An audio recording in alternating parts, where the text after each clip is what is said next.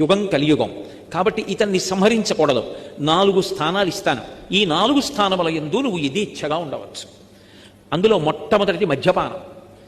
మద్యపానం ఎక్కడ చేస్తారో అక్కడ నువ్వు ఉండవచ్చు. ఎందుకంటే ఇక ఒంటి మీద తెలివి ఉండదు. ఎన్ని రకాల పాపాలు చేయడానికి సిద్ధపడిపోగలిగినంత ఉన్మత్తత దేని చేత కలుగుతుంది అంటే కలిపురుష ప్రభావం చేత కలుగుతుంది. అందుకని మద్యమునందు ఉండు.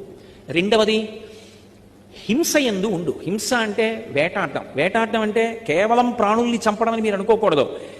అదే పనిగా పెట్టుకుని ఎవరినో బాధ పెట్టే ప్రయత్నాలు చేస్తుంటాడు. బాధ పెట్టే ప్రయత్నానికి హింస అంటారు. అందుకే వేట హింస పర్యాయపదాలుగా వాడారు. హింసాస్థానమునందు ఉండు.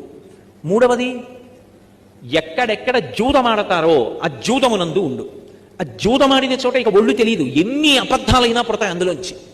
ఎంత ఐశ్వర్యం పోతుండని పట్టించుకోరు. అందుకే మానాభిమానముల గురించి కూడా చూసుకోడు. కాబట్టి జూదం ఆడుతున్న చోట ఉండు. నాలుగవది స్వేచ్ఛావిహరుడులైనటువంటి స్త్రీల యందు ఉండు. స్త్రీలు ఎక్కడ ఉంటారో అక్కడ ఉండు. నీకు